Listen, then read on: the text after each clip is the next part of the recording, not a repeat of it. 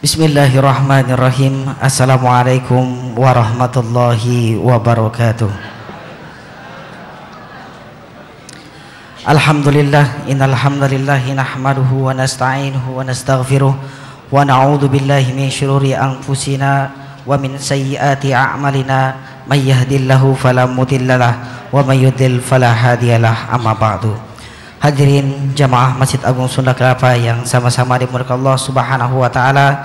Alhamdulillah, dalam kesempatan yang penuh barakah ini kita masih diberikan kesempatan Allah Subhanahu wa taala untuk bisa mengikuti kegiatan rutin kita.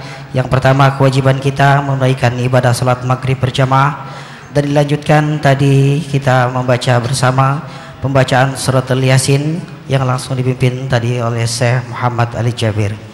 Semoga apa yang telah kita bacakan Allah Subhanahu wa taala memberikan pahala berlipat ganda untuk kita semua. Amin amin ya rabbal alamin. Baiklah para jamaah sekalian, malam hari ini malam yang penuh barakah. Materi pengajian kita yaitu materi studi Al-Qur'an yang insyaallah langsung akan disampaikan oleh Syekh Ali Saleh Ali Jabir. Alhamdulillah beliau telah hadir di tengah-tengah kita. Untuk itu para jamaah sekalian, marilah kita awali dan kita buka pengajian rutin kita dengan membaca surat Al-Fatihah yang pertama dikhususkan untuk kita semua di sini. Semoga Allah Subhanahu wa taala selalu memberikan keberkahan serta kemudahan dan juga memberikan kesehatan untuk kita semua. Dan selanjutnya Al-Fatihah kita khususkan untuk penyumbang buka puasa pada sore hari ini, yaitu PT Bosowa sebanyak 250 porsi nasi. Semoga keberkahan selalu ada dalam perusahaan tersebut dan Allah Subhanahu wa taala selalu memudahkannya. Dan ada permohonan pembacaan surat Al-Fatihah untuk saudara kita yang sedang sakit, yaitu yang pertama saudara Muhammad Waliul Fahmi yang sedang dirawat di rumah sakit, dan juga Ibu Himyati yang sedang atau yang ingin menjalani operasi. Semoga Allah Subhanahu wa taala memudahkan dan menyembuhkannya. Ala hadhihi wa kullu niyatin salihah. Al-Fatihah. A'udzubillahi minasyaitonirrajim. Bismillahirrahmanirrahim. Alhamdulillahirabbil alamin arrahmanirrahim maliki yaumiddin. Iyyaka na'budu wa iyyaka nasta'in. Ihdinas siratal mustaqim. Siratal ladzina an'amta 'alaihim ghairil maghdubi 'alaihim waladdallin. Amin. Amin amin ya rabbal alamin. Para jemaah sekalian, sebelum kita melanjutkan pengajian kita, ada beberapa pengumuman. Yang pertama, Masjid Agung Sunda Kelapa akan mengadakan atau menyelenggarakan Itikaf Akbar malam Tahun Baru 2012. Acara tersebut akan diselenggarakan pada hari Sabtu sampai dengan Ahad 31 Desember 2011 sampai dengan 1 Januari 2012. Dan insyaallah akan dimulai pada pukul 16.00 atau jam 4 sore sampai dengan selesai rangkaian kuliah duha pada Ahad 1 Januari 2012. Untuk itu kami mengundang kepada para jamaah sekalian untuk bisa mengikuti dan hadir dalam acara tersebut. Adapun untuk pengisi acara pada malam itikaf, yang pertama yaitu dua syekh yang berasal dari Madinah, yaitu Syekh Ali Saleh Ali Jabir dan juga Syekh Muhammad Ali Jabir, dan dilanjutkan dengan muhasabah oleh Kiai Haji Bakhtiar Nasirema dan juga Ustadz Ahmad Sarwat LC dan Ustadz Benri.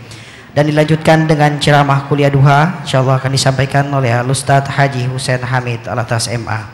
Dan selanjutnya kami pun menginformasikan kepada para jamaah sekalian bahwa hari Senin tanggal 26 Desember 2011 pengajian rutin kita ba'da maghrib, yaitu dengan materi Husnul Khotimah sementara libur bertepatan dengan hari libur nasional. Baiklah para jamaah sekalian, marilah sama-sama kita persiapkan untuk mendengarkan pengajian kita, yaitu Ta'lim Al-Quran yang langsung akan disampaikan oleh Syekh Ali Saleh Ali Jabir. Kepada beliau kami persilahkan.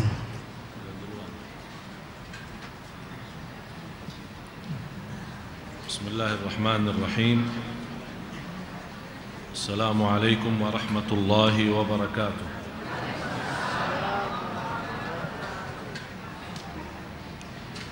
Rindu sekali sama jemaah ini. Sama-sama rindu ya? Samarinda? Samarindu atau Samarinda? Alhamdulillahi Rabbil Alamin. Wa la ilaha illallah wahdahu la sharika la waliyus salihin. Wa ashhadu anna sayyidana wa nabiyyana Muhammadan abdullahi wa rasuluhu as-sadiqul amin. اللهم صل وسلم وبارك على سيدنا محمد وعلى آله وصحبه ومن تبعهم بإحسان إلى يوم الدين. سبحانك لا علم لنا إلا ما علمتنا إنك أنت العليم الحكيم. Maha suci Allah, kami tidak mempunyai ilmu apa-apa, hanya saja apa yang diberikan oleh Allah Subhanahu wa ta'ala. Mudah-mudahan majlis kita sama-sama mendapatkan kemudahan dan kemuliaan dari Allah Subhanahu wa ta'ala, dan mudah-mudahan ilmu yang kita pelajari menjadi ilmu bermanfaat. Target saya, insyaAllah kita sama-sama akan menhayati, mentadabburi Al-Quran. Walaupun saya untuk hari ini tidak sempat untuk membahas keutamaan tadabbur Al-Quran, walaupun ada beberapa ayat, surah 38 ayat 29, mohon Bapak Ibu dihafalkan. Surah 38 ayat 29 sama surah yang keempat ayat 82. Dan masih banyak ayat-ayat yang lain yang mengajak kita untuk mentadabburi Al-Quran. Dan Imam Ibn Qayyim rahimahullah ta'ala menjelaskan manusia terhadap tadabbur Al-Quran 3 golongan atau 3 macam manusia. Yang pertama, manusia memiliki kalbu yang sudah mati. Kalbu yang sudah mati, artinya baca Quran, dengar Quran, tidak pernah merasakan apa-apa. Malah dia kadang-kadang mulai ngantuk dan capek kalau dia membaca Al-Quran, apalagi kalau baca lama. Ini na'udzubillah, tanda hati orang itu sudah mati. Yang kedua, kalbu yang hidup tapi tidak hadir. Artinya dia suka baca Al-Quran tapi tidak memberikan kebenaran yang cukup bagus, karena hatinya punya kesibukan kepada hal yang lain. Oleh karena itu tidak terbatas hanya mendengar saja. Sebagaimana kata Rasulullah, ada segolongan manusia dari umatku yang membaca Al-Quran tapi tidak sampai lewat tenggorokan mereka. Artinya baca dari mulut sampai ke tenggorokan, ikut saja batasnya, tidak sampai ke hatinya. Yang ketiga adalah yang kita sama-sama cari, manusia yang hidup kalbunya dan selalu hadir bersama Al-Quran. Itu yang dimaksud firman Allah Subhanahu wa ta'ala di surat Sad, surah 38 ayat 29. Kitabun anzalnahu ilaika mubarakun liyadabbaru ayati. Jadi hikmah Allah turunkan Al-Quran untuk ditadabburi. Malah Abdullah bin Abbas radhiyallahu anhu pernah berkata, orang-orang yang membaca sedikit dan tadabbur lebih baik daripada banyak tanpa tadabbur. Jadi karena ujung membaca Al-Quran bukan untuk mengkhatam, apalagi kalau masuk bulan puasa. Kita kadang memperhatiin jamaah, dia berjuang sebagaimana bisa mengkhatam Al-Quran di bulan Ramadan sebanyak mungkin. Dia akan merasa bangga dan gembira. Berapa? Alhamdulillah sudah 30. Ini berapa? Sudah 50. Terus kadang kalau kita tanya susunan surahnya Al-Baqarah dan Ali Imran, mana yang lebih duluan? Ya, mana? Setahu saya Al-Fatihah. Kita tanya Al-Baqarah, Ali Imran, dia jawab Al-Fatihah. Oleh karena itu, bagi orang yang sudah faham, apalagi bahasa Arab. Sekarang kadang-kadang kita dengar orang mau fahami Al-Quran harus bisa bahasa Arab. Harus bisa bahasa Arab yang cukup untuk membaca Al-Quran. Tidak harus menjadi ulama bahasa Arab, atau tidak harus menguasai bahasa Arab. Tidak perlu menguasai bahasa Arab, tapi sederhana. Mudah-mudahan insyaAllah di malam tahun baru, karena ada acara i'tikaf akbar, saya akan membawa untuk Bapak Ibu 10 kunci yang membantu anda mentadabburi Al-Quran. Ada 10 kunci. Kalau anda sudah megang kuncinya, insya Allah mudah buka pintu tadabbur Al-Quran. punya pintunya tadabbur Al-Quran, tapi kuncinya tidak ada. InsyaAllah kuncinya di malam tahun baru ya. InsyaAllah semua hadir ya. InsyaAllah, mudah-mudahan diberikan oleh Allah kemudahan. Satu aja ya, di antara kunci cinta Al-Quran. Kunci pertama cinta Al-Quran. Di bawah kata cinta Al-Quran ada banyak hal yang perlu didalami atau perlu diperhatikan masalah cinta Al-Quran. Oleh karena itu sekarang target kami selama berdakwah memang kurani jadwal umum, kita sekarang lebih fokus ke jadwal rutin. Yang insyaAllah rutin akan tetap insyaAllah setiap hari Minggu di TV One, dan insyaAllah kita akan ada acara i'tikaf atau acara tabligh akbar di Depok, Masjid Kubba Mas, tanggal 1 Januari hari Ahad, jam 1 siang sampai selesai. InsyaAllah dihadiri oleh Bania Jamaah. Benceramah saja 12. Benceramah di hari itu 12 orang. Mudah-mudahan Bapak Ibu mampu menghadiri acara hari Ahad tanggal 1 Januari. Jadi insyaAllah malamnya di Sunda Kelapa, siangnya di Depok. Kalau mau boleh rame-rame dari sini, kita minta tolong nanti patwal di awalin, dikawal sampai ke sana ya.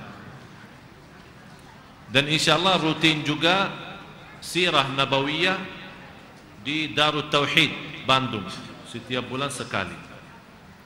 Kemudian mempelajari tandan fikih wanita di Masjid Al-Latif Blok M yang di Pasar di lantai 5. Kemudian insyaAllah ke depan belum ada kepastian jadwal rutin di At-Tin, dan Musalla Ar-Rahmah sudah dapat setujuan. Musalla Ar-Rahmah Tanah Abang insyaAllah mulai hari Selasa yang kedua juga rutin. Masih Sunda Kelapa belum ada info. Saya kepingin jadi kembali rutin kayak dulu di Sunda Kelapa. Mudah-mudahan Allah mengizinkan. Kalau kita dapat kemudahan kembali lagi menjadi rutin di sini, insyaAllah saya akan khusus menjadi bahasan kita selama di sini, khusus mengenai Al-Quran. Jadi mulai dari Al-Fatihah, saya bukan membahas tafsir. Cuman saya dari insyaAllah Bapak Ibu kalau sudah fahami kunci-kunci tadabbur Al-Quran yang 10 kunci itu, kalau anda sudah fahami itu, insyaAllah walaupun belum bisa bahasa Arab, insyaAllah begitu anda baca Al-Quran akan tersentuh hatinya. Itu yang saya harapkan. Bagaimana saat kita membaca atau mendengar kalamullah bisa tersentuh, bisa merasa nikmatnya Al-Quran. Itulah kuncinya, khusus kunci pertama. Bagaimana cara kita bisa mencintai Al-Quran. Memang kunci pertama tadabbur Al-Quran, cinta Al-Quran. Tapi bagaimana kita cinta? Ini bahasan kita insyaAllah malam tahun baru. Saya milih untuk sementara waktu 3 ayat yang terakhir suratul Baqarah, biar Bapak Ibu mengerti sedikit cara dan sistem yang kita akan bawa sampai insyaAllah selesai 30 juz. Kalau tafsir Al-Quran bisa bertahun-tahun belum tentu selesai. Tapi kalau dengan cara yang kita bawa insyaAllah untuk Bapak Ibu, insyaAllah tidak sampai 4 bulan sudah kita selesai 30 juz. Berarti habis itu anda baca, insyaAllah akan menikmati bacaan Al-Quran. Memang kita harap umat Al-Quran, umat Nabi Muhammad sallallahu alaihi wasallam bagaimana kembali kepada Al-Quran. Ayat yang pertama yang diturunkan oleh Nabi Muhammad kepada Nabi Muhammad SAW adalah Iqra bismi rabbikal ladzi khalaq. Bacalah. Dan kita melihat di antara jamaah yang dulu barangkali rutin, rajin baca, tapi sekarang banyak perubahan karena mungkin kesibukan duniawi, godaan hawa nafsu dan syaitan membuat kita agak mengurangi bacaan. Bagaimana agar kita kembali seperti awal, lebih baik lagi menjadi rutin. Yang saya harap bukan hanya membaca dan mengkhatam, walaupun membaca satu ayat, yang penting jangan lewat satu hari belum anda buka Al-Quran. Saya selalu sampaikan kepada jemaah, dan di tempat ini sudah saya pernah memberikan materi mudah untuk khatam Al-Quran dalam 1 bulan. Masih ingat kan? Mudah-mudahan diamalkan. Diingat tapi diamalkan, wallahu a'lam. Jadi kita sudah susunkan jadwal sebuah cara mudah untuk Bapak Ibu khatam Al-Quran dalam setiap bulan 1 kali. 30 juz, bukan juz 30. Jadi subhanallah, semudahnya luar biasa. Kita bagikan waktu itu dalam salat. Karena Quran Madinah itu yang dicetak di Madinah setiap juz 20 halaman. Kalau setiap salat Anda baca 4 halaman, artinya 2 lembar, dalam habis salat Isya itu ada sudah khatam 1 juz. Karena 4 halaman setiap salat kali 5 waktu 20 halaman, berarti 1 juz.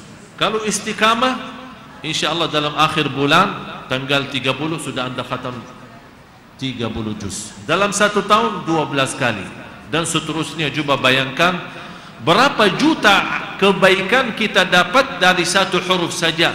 Bisa 10 kebaikan, malah bisa 700 kebaikan. Allah Maha Mulia, Allah Maha Agung. Kalau Anda merasa 4 halaman terlalu berat, pakai cara yang lebih mudah lagi. Sebelum salat Anda begitu datang ke masjid, sebelum salat baca 2 halaman, sesudah salat baca 2 halaman. Yang suka salat malam, saya selalu sampaikan tidak menjadi masalah dan tidak apa-apa kalau orang sambil salat malam memegang Al-Quran, dan boleh pindahin halamannya. Itu tidak termasuk gerakan yang membatal salat, karena itu gerakannya ada kemaslahatan dalam salat.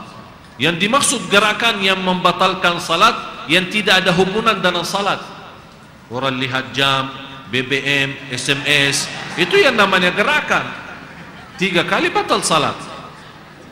Tapi kalau dalam salat kita misal walaupun belum hafal Quran, kita salat malam, ada yang suka salat malam 10 rakaat, ada yang suka banyak, ada yang lebih, ada yang kurang.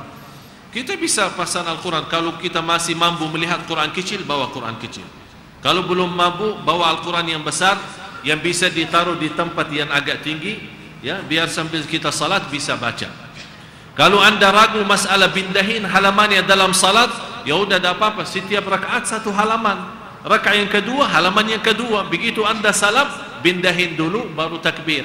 Selesai masalah. Kalau ada keraguan masalah pindahin halamannya dalam salat.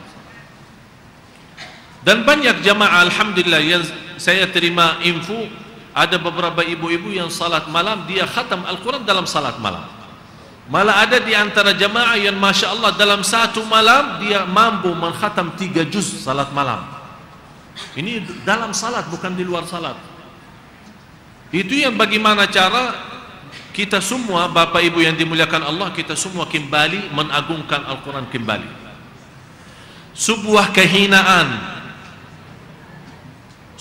kehinaan dan musibah yang dihadapi oleh umat Nabi Muhammad sallallahu alaihi wasallam karena umat ini menjauhkan diri dari Al-Quran. Sayang sekali kalau ummatul Quran mengenal Al-Quran pas ada orang meninggal.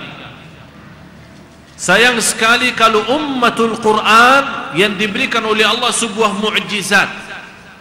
Tidak ada ummah yang terdahulu mampu menghafal kitabnya, Injil atau Taurat, Zabur atau Suhufi Ibrahim wa Musa atau yang lain, kecuali umat Nabi Muhammad mampu hafal Al-Quran. Nabi pun, para nabi-nabi yang dulu belum tentu hafal kitab wahyu yang diturunkan. Setiap turun wahyu dia sampaikan ke kaumnya. Kalau tidak ada sebuah tulisan untuk menimpan wahyu itu, bisa hilang dari kepala mereka atau fikiran mereka.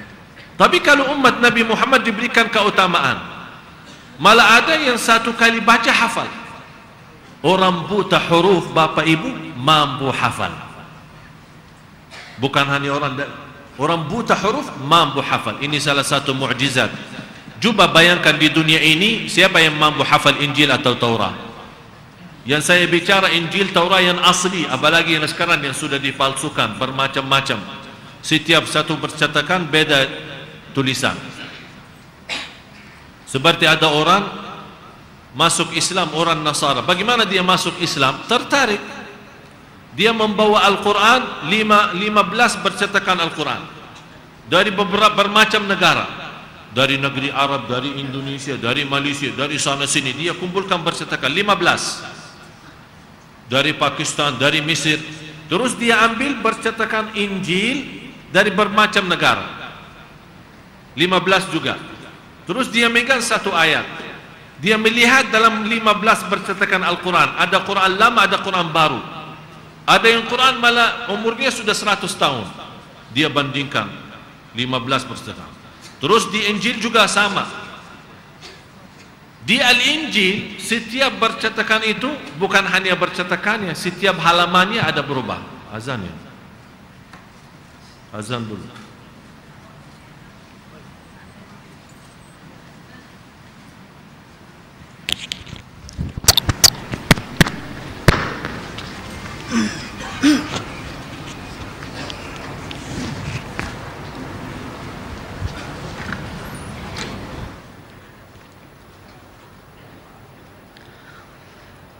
Allahu Akbar, Allahu Akbar. Allahu Akbar, Allahu Akbar. Asyhadu an la ilaha illallah.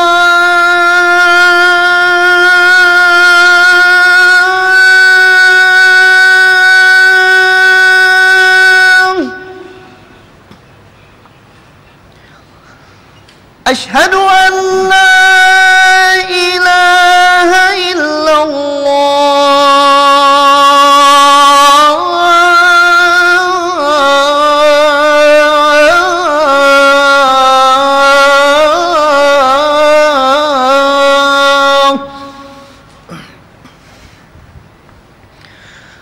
Asyhadu anna Muhammadar Rasulullah.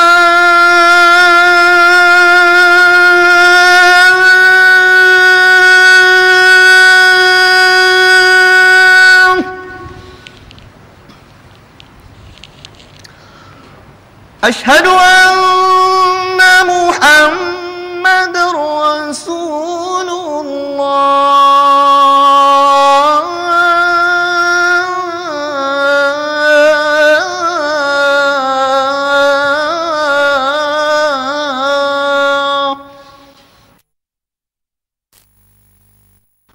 Hayya 'alas salah.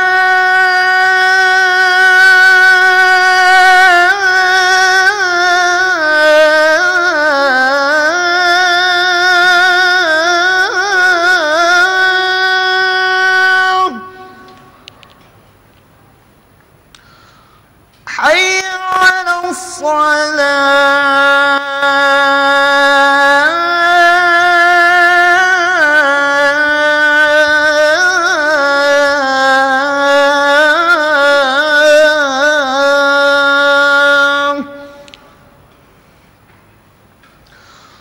Hayya 'alal falah.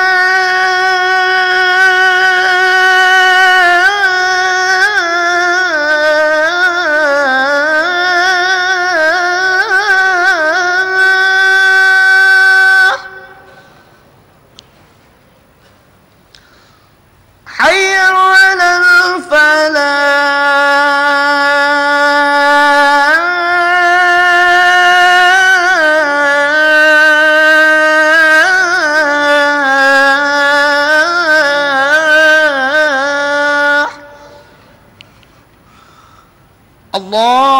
Allahu Akbar, Allahu Akbar. La ilaha illallah. La ilaha illallah Muhammadur Rasulullah صلى الله عليه وسلم اللهم رب هذه الدعوة التامة والصلاة القائمة آت سيدنا محمدا الوسيلة الفضيلة والشرف والدرجة العالية الرفيعة وبعثه مقاما محمودا الذي وعدته إنك لا تخلف الميعاد. آمين يا رب العالمين. بسم الله الحمد لله اللهم صل على سيدنا محمد وعلى آل سيدنا محمد. Saya kembali lagi. Memang mohon maaf Bapak Ibu, banyak kekurangan kita semua terhadap Al-Quran. Saya tidak minta kita 24 jam baca. Yang saya minta jangan sampai lewat satu hari belum anda melihat Al-Quran dan membaca walaupun satu ayat.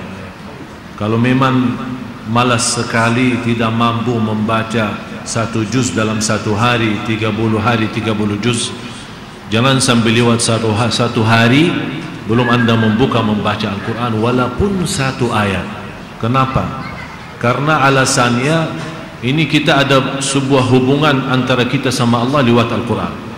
Malah ulama menjelaskan kalau ada yang menghadapi masalah dan dia mau curhat kepada Allah lewat Al-Quran, ini sebuah kemudahan yang luar biasa. Artinya anda saat baca Al-Quran sedang berbicara sama Allah.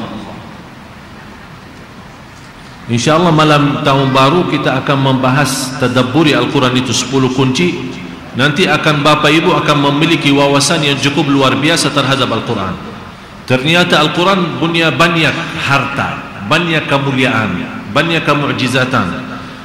Malah saya pernah di salah satu kampung yang saya isi berkeliling dakwah, saya ketemu seorang usia sudah 95 tahun. Saya bawakan Al-Quran, dia tanya apa itu. Ternyata Al-Quran pun dia tak tahu. Quran bukan ayatnya atau tulisannya, Quran saja dia tidak pernah melihat. Padahal umurnya sudah 95 tahun. Apalagi kalau saya buka dan saya suruh baca, sama sekali tidak mengenal namanya huruf Quran. Tapi subhanallah Bapak Ibu hafal surat Yasin. Hafal surat Yasin. Ini tanda apa? Tanda kebesaran Allah untuk umat ini, umat Nabi Muhammad SAW. Buta huruf, tak pernah lihat Al-Quran, tapi hafal surat Yasin. Ini yang saya selalu sampaikan. Orang hatinya hidup dan siap untuk mendengar Al-Quran. Ini salah satu kemudahan untuk hafal.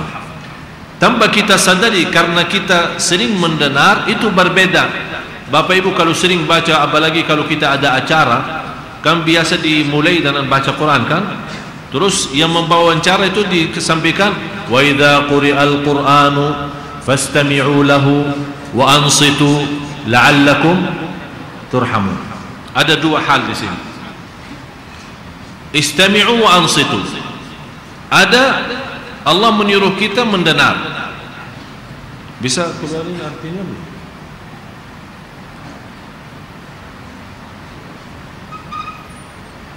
Suratul A'raf.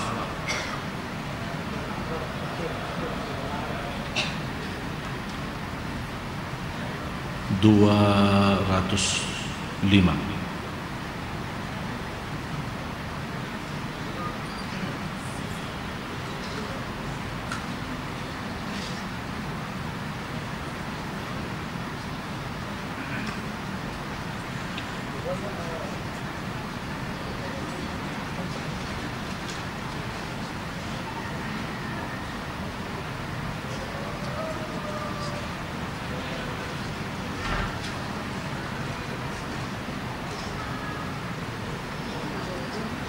Maaf, 204. Bisa terjemahan? 204. Di sini ada dua hal. Wa idza quri'al Qur'anu fastami'u. Allah memerintahkan kita kalau saat mendengar kalamullah, dengarlah. Wa ansitu. Di sini wa ansitu itu lebih tinggi daripada mendengar. Seolah-olah Allah memberikan, kalau memang anda ingin mendapatkan rahmat Allah, tidak cukup hanya mendengar. Karena mendengar adalah tugas telinga, tapi wa ansitu tugas kalbu. Wa ansitu tugas Qalbu artinya insat, berdiamlah dan memberikan perhatian dari batin, tidak hanya cukup dengan zahir. Suratul A'raf 204. Kalau anda ingin dapat rahmat Allah, tapi kenapa sekarang kita di setiap majlis, setiap penajian kita sering membaca ayat Al-Quran atau mendengar kalamullah, apalagi malam Jumat kita sering baca Yasin atau suratul Kahfi, atau bacaannya imam pun kita sering mendengar dalam salat fardu, salat jahriyah, tapi kenapa tidak mendapatkan rahmat Allah? Ini kan sebuah perjanjian dari Allah, la'allakum turhamun, kalau memang ingin mendapatkan rahmat Allah. Tapi Allah, umat ini sering mendengar, tapi kenapa tidak mendapatkan rahmatmu ya Allah? Kita bertanya, karena memang mendengar baik, tapi wa ansitu belum, yang didengar oleh hati belum, kalbu kita masih sibuk pada sesuatu yang lain.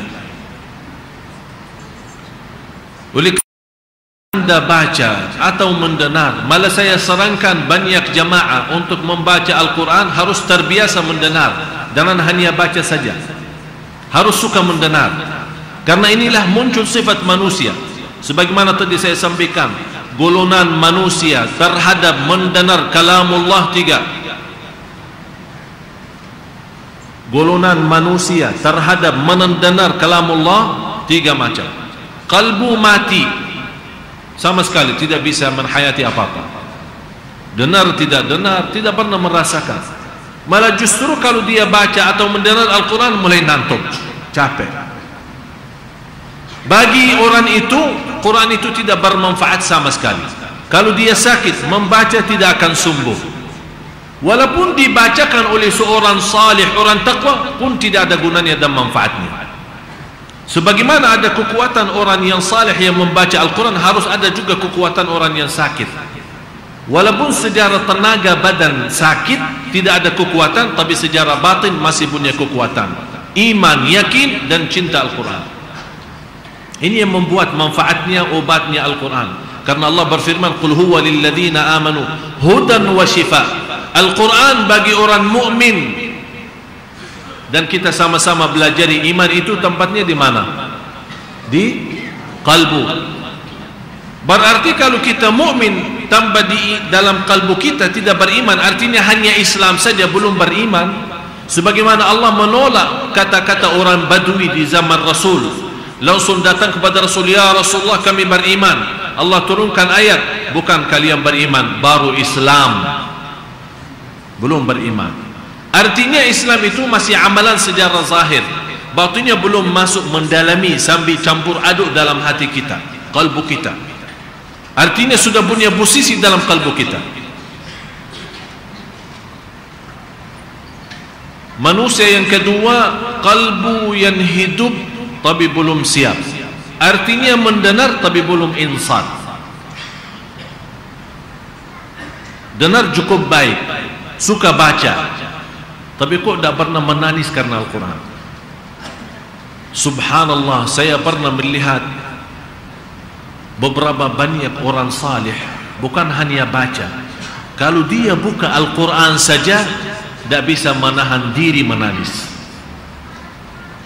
Dia belum baca, belum boleh apa-apa, hanya begitu buka Al-Quran, melihat ayat Al-Quran sudah menangis. Ini iman yang luar biasa.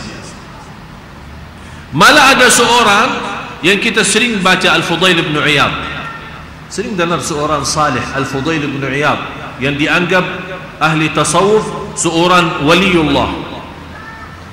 Ini orangnya, ceritanya Fudail bin Iyad itu orang berampok ya, mencuri, bereman ya, kalau istilah kita sekarang bereman. Hah? Preman. Ya udah maklumlah, sudah dispor-impor ya. Kan ibu pernah doakan semoga saya dalam bahasa tidak lancar biar ada lucunya katanya. Yang penting sudah faham. Jadi ini subhanallah, Al-Fudail bin Iyad terkenal orangnya itu, khususnya malam hari itu suka berampok rumah orang. Pernah malam hari dia naik di atap rumah merampok rumah orang. Di dalam rumah itu ada orang lagi salat malam. Terus baca ayat suratul Hadid,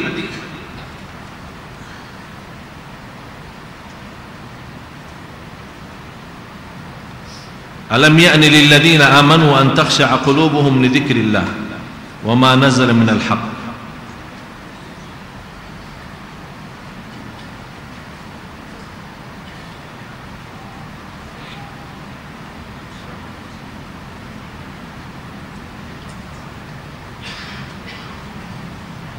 Surah Al-Hadid ayat 16.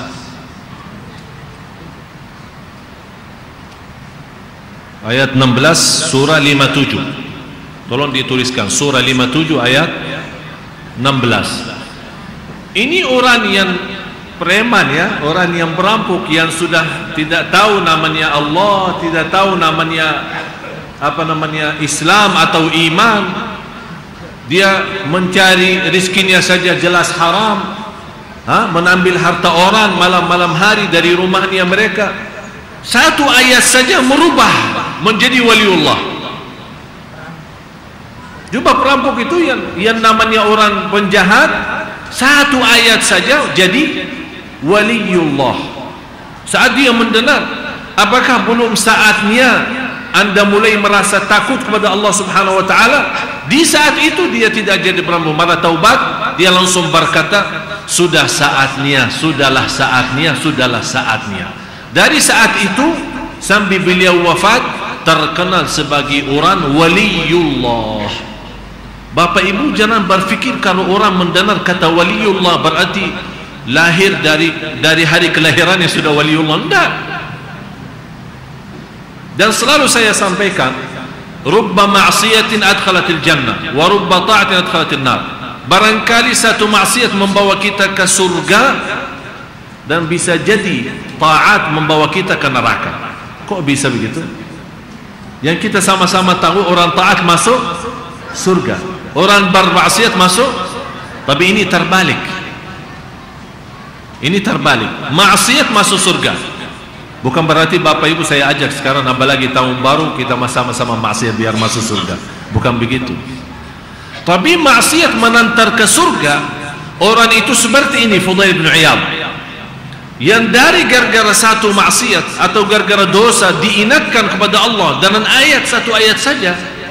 Apalagi kalau beliau hayati 30 juz, satu ayat saja rubah hidupnya. Akibah dosa dan maksiat mensadarkan kalbunya, taubat kepada Allah, rubah sistem hidupnya, akibahnya masuk surga. Orang-orang yang taat masuk neraka yang merasa bangga, alhamdulillah saya puasa Isnin Kamis lebih baik daripada yang lain.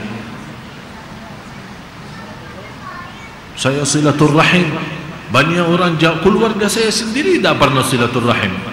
Ya, yang penting kita jaga baik saja. Lama-lama dia berbicara seperti ini, ujub, bangga diri, seolah-olah dia yang terbaik di antara seluruh manusia. Dari kata-kata, walaupun perbuatannya baik luar biasa, tapi kata-kata itu Allah menghapuskan segala amal kebaikannya. Nauzubillah. Oleh karena itu, selalu dalam hal dunia Anda merasa yang lebih kaya. Jangan lihat orang kaya, lihat orang yang miskin agar merasa nikmat. Kalau dalam hal dunia, jangan lihat orang yang di atas, lihat yang di bawah. Agar apa? Alhamdulillah. Lihat yang sakit, alhamdulillah saya sehat. Lihat yang susah, alhamdulillah saya susah tapi masih bisa makan. Ada orang susah, tidak bisa makan, tidur di jalan, alhamdulillah saya masih punya tempat tidur. Tapi jangan merasa sudah punya segalanya. Ya Allah, rumahnya ini gede, besar, ya Allah, kenapa Allah tidak kasih saya padahal saya selalu di masjid? Ini yang membuat kita tidak merasa nikmat, padahal kita yang punya cukup besar nikmatnya. Tapi dalam mata kita, karena kita tidak merasa nikmat itu, akhirnya nikmat yang diberikan oleh Allah merasa sangat kecil. Lama-lama tanpa kita sadar merasa Allah tidak adil. Kalau sudah muncul perasaan itu berarti kita sudah kufur kepada Allah. Siapa yang berani bilang Allah tidak adil? Tapi kalau dalam hal iman dan takwa, selalu kita melihat yang lebih baik. Kalau kita sudah merasa mantap, Masya Allah, Salat malam, Isnin, Kamis, sedekahnya setiap hari, tak pernah lepas dari masjid, Qurannya Masya Allah, lidahnya tidak pernah lepas dari zikirnya. Tapi kalau dia ingat, ya Allah, ampunilah masih banyak kekurangan, ternyata ada yang lebih baik jauh daripada saya. Ini iman naik terus. Tapi begitu muncul perasaan, kenal ibu ini? Kenal. Dia tidak pernah puasa Senin Kamis. Kok kita muhasabah orang? Yang hisab orang Allah, bukan kita. Orang mau puasa dan mau puasa urusannya dia, bukan urusan kita. Yang penting kita jaga baik-baik amal salih, dan kita mohon kepada Allah, ya Allah terimalah apa adanya. Seandainya Allah masih ada kekurangan, mohon maafkan. Ini inti ayat terakhir suratul Baqarah. Juga saat Allah turunkan, lillahi ma fis samawati wa ma fil ard wa in tubdu ma fi anfusikum aw tukhfuhu yuhasibkum bihillah. Juga bayangkan Bapak Ibu, ayat ini bagi kita, bukan bagi kita saja, bagi Rasul dan sahabat amat berat. Juga bayangkan si titik-titik yang ada di dalam hati akan dihisab oleh Allah. Siapa yang mampu? Jadi kalau ada sesuatu, namanya manusia. Sekarang Bapak Ibu mendengar ceramah saya, ada yang memberikan mukanya, memberikan perhatian ke saya, tapi masing-masing dalam hatinya beda berbicaraannya. Betul enggak? Ada yang namanya bisikan-bisikan kalbu, ya, boleh istilah ini, ya. Ada bisikan kalbu. Ayat ini lillahi ma fis samawati yang sering kita semua baca, habis kadang habis salat, apalagi habis subuh kita suka baca, zikir pagi, zikir sore kita suka baca, sambil jamaah banyak yang sudah hafal, tapi tidak menhayati arti ayat-ayat itu. Dalam ayat ini bisikan kalbu akan dihisab oleh Allah. Hati-hati. Jadi kalau kita lihat teman kita, tapi dalam hati kita benci orang ini, apa kabar, sehat, kalbu kita sakit hati.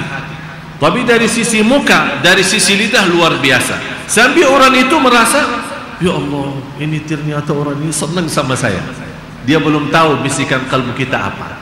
Dalam ayat ini, lillahi ma fis samawati wa ma fil ard wa in tubdu ma fi anfusikum aw tukhfu, kalau dikeluarkan sampai niat dilihat atau disembunyikan dalam diri sendiri, artinya bisikan kalbu tidak sampai keluar, dilihat oleh orang, tersimpan dalam hati, tetap akan dihisab oleh Allah. Gara-gara itu manusia akan dalam hukum Allah dua golongan, fayu'adzibu man yasha wa yaghfiru man yasha, fayaghfiru man yasha wa yu'adzibu man yasha. Ada golongan yang dihendaki Allah diampuni, ada golongan yang diazabkan oleh Allah. Itu gara-gara apa? Bisikan kalbu. Coba bayangkan Bapak Ibu, siapa yang mampu, tolong kasih tahu, siapa di antara kita termasuk saya yang mampu menahan bisikan kalbu ini? Tidak ada. Tidak ada. Fayaghfiru liman yasha wa yu'adzibu man yasha wallahu ala kulli syai'in qadir. Hikmahnya Allah khatam ayat ini dengan qadir, Allah maha mampu atas segala sesuatu. Artinya sampai bisikan kalbu Allah masih menguasai itu. Artinya jangan merasa Allah mampu menguasai lahir saja, batin pun Allah maha melihat dan maha mendengar. Datang sahabat Rasulullah, ini hadis diriwayatkan Imam Muslim, karena salah satu ayat yang untuk mentadabburi Al-Quran, fahami sabab nuzul, cerita-cerita turunnya ayat. Habis turun ayat itu, sahabat, karena mereka sahabat ahli Arab, bahasa Arab, mengerti. Tanpa dikasih penjelasan, begitu turun ayat, kaget sahabat. Langsung datang, ya Rasulullah, berat ya Rasulullah. Ini sahabat menadu, apalagi kita. Ya Rasulullah, berat ayat ini bagi kita, siapa yang mampu amalkan? Ya Rasulullah, tolong carikan jalan keluar. Ya Rasulullah, minta diringankan oleh Allah. Ya Rasulullah. Rasulullah diam, tidak kasih menjawab, tidak ada jawab. Sampai Rasulullah melihat kondisi sahabatnya mensedihkan, sampai Rasulullah SAW mulai menangis. Rasulullah SAW hanya jawab satu. katakanlah wahai sahabatku, sami'na wa ata'na, sami'na wa ata'na, sami'na wa ata'na. Rasulullah sendiri berkali-kali mengulang sami'na wa ata'na, sambil sahabat sendiri basrah kepada Allah, kemudian mengucapkan sami'na wa ata'na.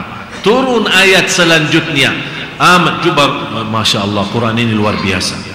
Kalau kita baca, seolah-olah Allah memberikan tayangan, ya, tahu tayangan filmnya, ya, film atau sesuatu peristiwa yang terjadi saat turun lillahi ma fis samawat antara Rasul dan sahabat. Ayat ini menjelaskan seolah kita lagi nonton YouTube, seolah ada gambaran, ya Allah, Rasul, sahabat ini lagi ada masalah besar antara mereka. Rasul hanya jawab itu, sahabat menjawab. Habis itu mereka agak mulai tenang dan ikut bersama Rasul. Sami'na wa ata'na, sami'na wa ata'na, sami'na wa ata'na. Allah turunkan ayat amanar rasulu. Rasul sudah beriman kepada apa? Ayat lillahi. Amanar rasulu bima unzila. Rasul telah beriman kepada apa yang diturunkan. Mana yang diturunkan? Ayat yang sebelumnya, lillahi ma fis samawati wal ardh. Wal mu'minun amana ar-rasul bima unzila ilaihi min rabbih wal mu'minun. Siapa orang mukmin? Yang dimaksud mu'minun di ayat ini adalah sahabat yang menghadapi persoalan lillahi ma fis samawati wa ma fil ardh. Kullun amana billahi wa malaikatihi wa kutubihi wa rusulihi la nufarriqu baina ahadin min rusuli wa qalu apa? Ini cerita Rasulullah menyuruh sahabat, jangan bermacam-macam. Artinya jangan berani lawan Allah, jangan berani melanggar ayat-ayat Allah. Sami'na wa ata'na. Jangan seperti ummah yang terdahulu, sami'na wa asaina. Ummah yang terdahulu Nabi Musa mengajar beriman, dia sudah mendengar sami'na tapi maksiat, tolak. Tapi kita tidak, kita beda orang mukmin. Umat Nabi Muhammad selalu sami'na wa ata'na. Bukan hanya siap mendengar dan siap bertaat, artinya siap melaksanakan apa yang didengar oleh Allah dan Rasulnya, yang dari Allah dan Rasulnya sallallahu alaihi wasallam. Sami'na wa ata'na. Habis sami'na wa ata'na apa? Ghufranaka. Apa itu ghufranaka? Minta apa? Minta ampunan kan? Kenapa mereka minta ampunan? Karena pertama turun lillahi ma fis samawat, sahabat belum terima, betul enggak? Sambil mereka menadu ke Rasul, betul enggak? Sambil merasa keberatan menghadapi ayat dan masalah bisikan kalbu. Habis mereka disadarkan oleh Rasulullah untuk bilang sami'na wa ata'na. Ya Allah, maaf tadi kita agak sedikit, hati kita belum terima. Ghufranak, ya Allah ampunilah. Subhanallah. Oleh karena itu sengaja dibawa kata ghufranak, sebuah kata ampunan yang luar biasa. Sampai bukan ighfirli, bukan Allah kata ighfirli, ghufranak artinya ya Allah kami mohon ampunan yang amat besar. Karena memang kami berani tadi menolak ayat lillahi ma fis samawati wa ma fil ardh.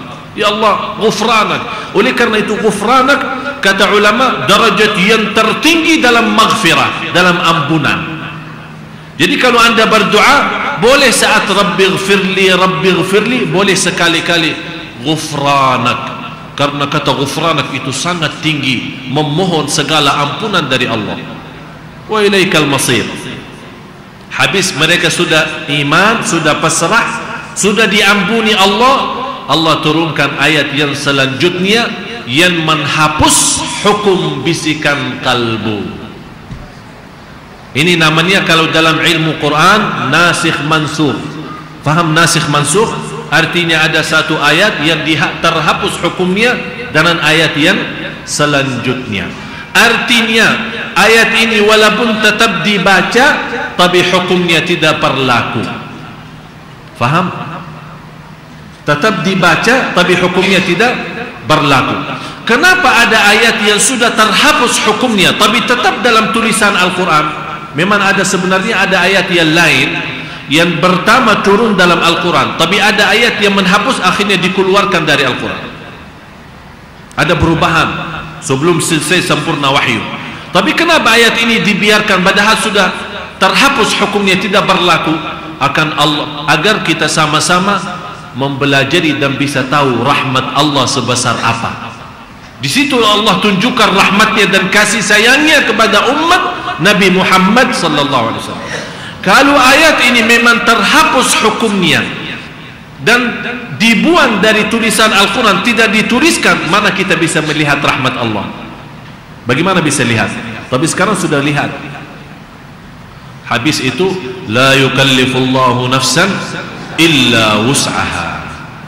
Allah tidak memberatkan dan mentaklifkan sebuah amalan atau taat kecuali apa yang anda sekalian mampu. Di ayat yang lain, fattaqullaha mastata'tum, taqwalah kepada Allah sesuai kemampuannya masing-masing. Laha ma kasabat wa 'alaiha maktasabat. Seandainya ada bisikan kalbu, dimaafkan oleh Allah. Laha ma kasabat, apa yang dilakukan baik pahala, tidak baik dosa. Faman ya'mal mithqala dzarratin khairan yara wa man ya'mal mithqala dzarratin syarran yara. Laha ma kasabat wa 'alaiha maktasabat. Rabbana, ini mulai doa sekarang. Ini mulai doa. Rabbana la tu'akhidna in nasina aw akhtana. Di luar bisik ini juga Bapak Ibu rahmat Allah kepada kita. Sungguh ayat ini orang yang baca habis fahami, belum bisa nangis, mohon maaf belum beriman. Ayat ini betul-betul menggerakkan kalbu kita, mengisi iman yang luar biasa. Laha ma kasabat, artinya apapun yang kita kerjakan baik dapat kebaikan, yang dosa dapat dosa. Di atas itu Allah bukan hanya memaafkan bisikan kalbu yang sudah terhapus hukumnya tidak berlaku. Di atas itu Allah memaafkan kalau anda lupa atau salah. Allahu Akbar. Coba bayangkan kalau Allah bukan hanya menghisabkan kita bisikan kalbu, lupa atau salah, kalau dihisab kita habis. Oleh karena itu kita mohon kepada Allah habis memaafkan bisikan kalbu. Ya Allah, maafkan sekiranya kalau kami salah atau lupa. Ya sering kita lupa salat, betul nggak? Apalagi siang hari kita keluar belanja di Tanah Abang, sana sini cari makan, sibuk bawa barang banyak, urus ini, anaknya hilang, masuk asar kita belum zuhur, lupa. Ini termasuk diampuni Allah. Begitu kita ingat, langsung laksanakan salat walaupun sudah masuk waktu asar.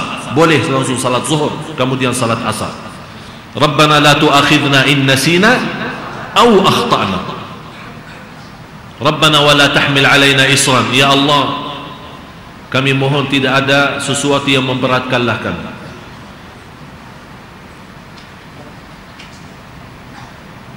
Kama hamaltu ala dunya, Rabbana wa la tuhammilna ma la taqata lana bihi wa'fu 'anna waghfir lana warhamna.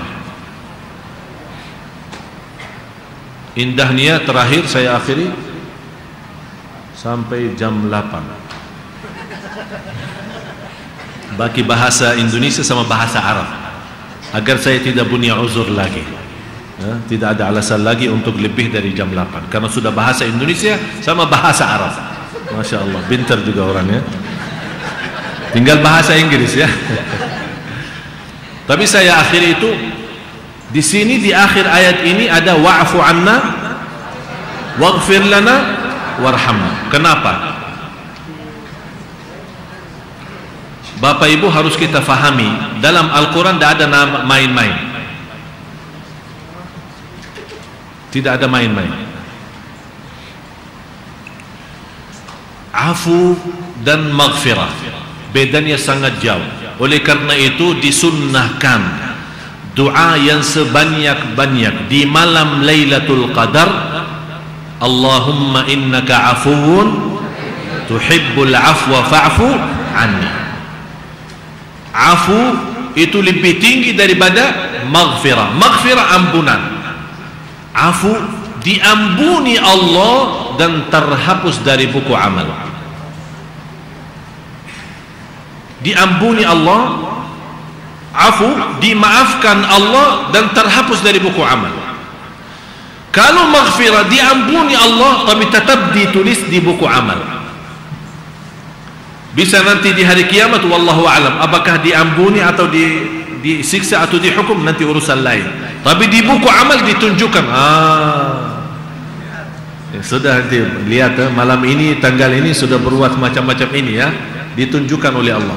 Tapi kalau afu, kalau kita datang hari kiamat, bekas-bekas dosa kita sudah ada. Ini Masya Allah luar biasa. Oleh karena itu kita selalu minta afu. Tapi kenapa di sini walaupun bedanya tidak sangat jauh, walaupun dalam bahasa Al-Quran afu maghfirah intinya ampunan kan? Intinya ampunan. Tapi kenapa Allah bilang afu wa maghfirah dua-duanya? Wa'afu anna terkait dengan masalah bisikan kalbu. Karena memang bisikan kalbu sudah tidak dihukum oleh Allah, dan kalau ada malaikat yang menuliskan sesuatu, kita mohon dimaafkan oleh Allah dan bekas-bekasnya dihapuskan oleh Allah. Waghfir lana terkait dengan hal-hal yang kami tinggalkan, lupa atau salah. Ya Allah, sekiranya kalau kami pernah tinggalkan sesuatu senang lupa, atau kita berbuat sebuah kesalahan, ya Allah ampunilah. Warhamna ya Allah, untuk menjalankan taklif, untuk menjalankan taklif. La yukallifullahu nafsan. Taklif artinya perintah Allah dan Rasulnya. Ya Allah, untuk menjalankan taklif perintahmu dan Rasulmu, ya Allah kami membutuhkan rahmatmu agar kami bisa istiqamah menjalankan perintahmu. Luar biasa. Jadi afu diampuni oleh Allah, tidak ada sama sekali bekas-bekasnya di buku amal.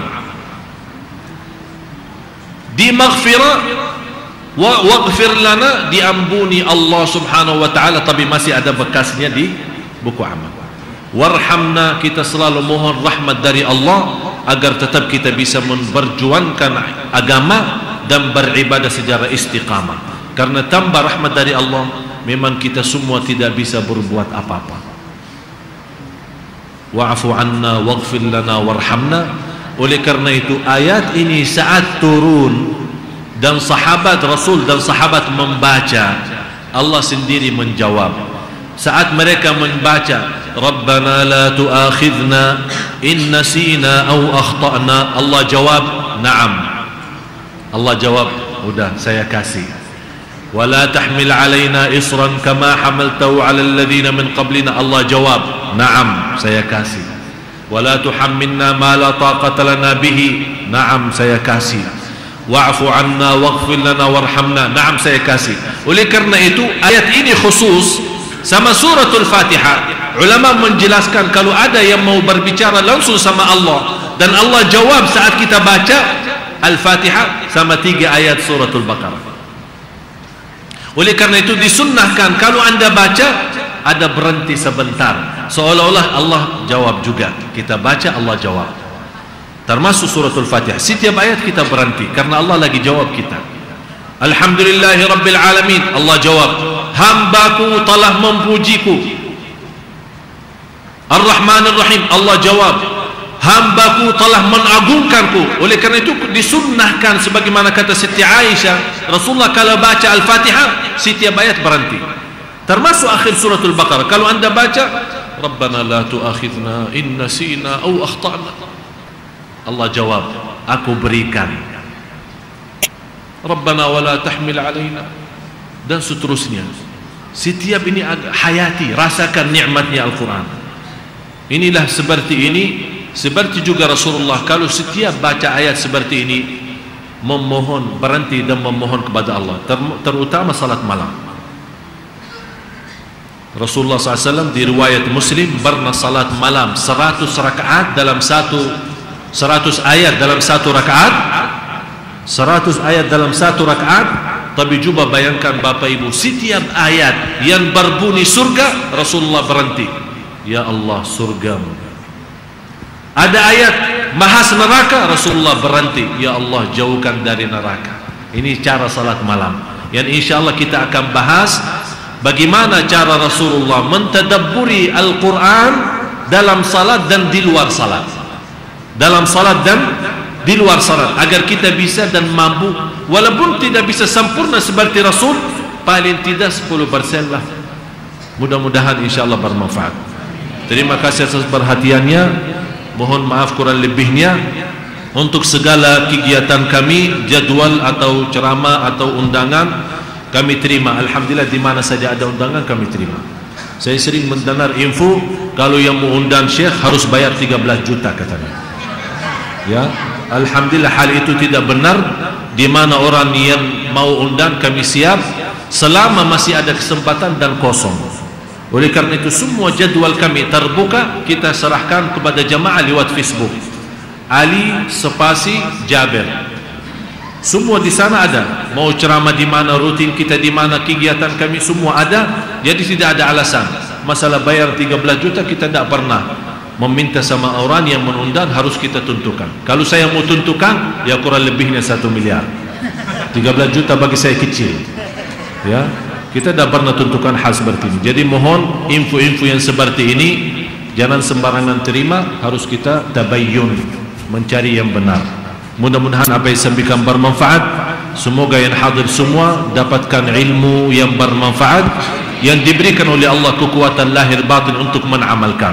Dan mudah-mudahan yang hadir semua dipanjangkan oleh Allah umurnya dalam taat kepada Allah, disihatkan badannya, dijauhkan dari segala keburukan dunia, godaan syaitan, hawa nafsu dan manusia. Dan mudah-mudahan senantiasa di mana anda berada dapat dipimpin oleh Allah Subhanahu wa taala, dapat dibuka pintu taufiknya, senantiasa mendapatkan berkahnya Allah, rumah tangga sakinah mawaddah rahmah, anaknya anak salih dan salihah. Dan mudah-mudahan yang hadir semua, bagaimana Allah berikan kemudahan sama-sama kita berkumpul dan berjumpa di Masjid Agung Sunda Kelapa ini yang penuh barakah dan rahmat dari Allah. Mudah-mudahan kita diberikan kemuliaan jumpa lagi di surga Allah bersama Nabi Muhammad sallallahu alaihi wasallam. Rabbana atina fid dunya hasanah wa fil akhirati hasanah wa qina adzaban nar. Wa sallallahu ala sayyidina nabiyina Muhammad wa ala alihi washabbihi wasallam. Walhamdulillahi rabbil alamin. Subhanakallahumma wa bihamdik asyhadu an la ilaha illa anta astaghfiruka wa atubu ilaik. Wassalamu alaikum warahmatullahi wabarakatuh.